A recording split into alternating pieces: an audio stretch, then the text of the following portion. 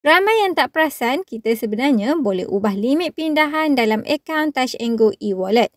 Jom saya tunjukkan cara tukar limit transfer atau limit pindahan akaun Touch and Go e-wallet. Hai, Assalamualaikum. Selamat kembali ke channel PI Tutorial.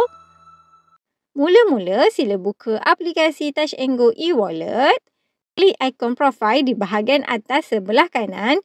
Kemudian scroll ke bahagian bawah dan pergi ke menu had transaksi. Anda klik dekat bahagian situ. Ada dua pilihan untuk anda ubah limit, iaitu limit untuk bayaran dan juga limit untuk pindahan. Okey, untuk ubah limit transfer, sila klik pada bahagian pindahan.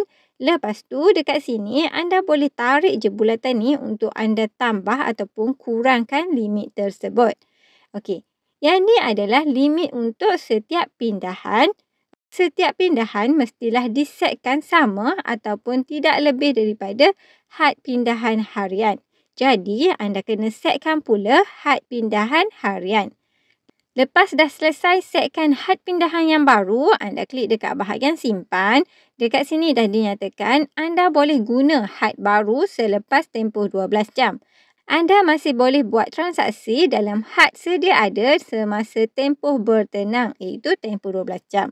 So, untuk yang ni, anda klik sahaja ya, tingkatkan had. Lepas tu, sila masukkan 6 digit nombor PIN anda. Seterusnya, anda kena imbas muka. Okey, sila ikut arahan yang diberikan. Dan sekiranya keluar status macam ni, itu maksudnya anda dah berjaya ubah limit pindahan Touch and Go e-wallet anda. Okey, untuk ubah had bayaran, yang ni untuk pembayaran bil, pembelian melalui TikTok dan sebagainya. Step dia sama je macam step ubah limit pindahan. Anda hanya perlu tarik bulatan ni untuk tambah atau kurangkan had setiap bayaran.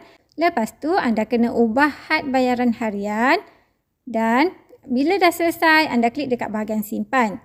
Dekat sini dah dinyatakan anda boleh guna had baru selepas tempoh 12 jam.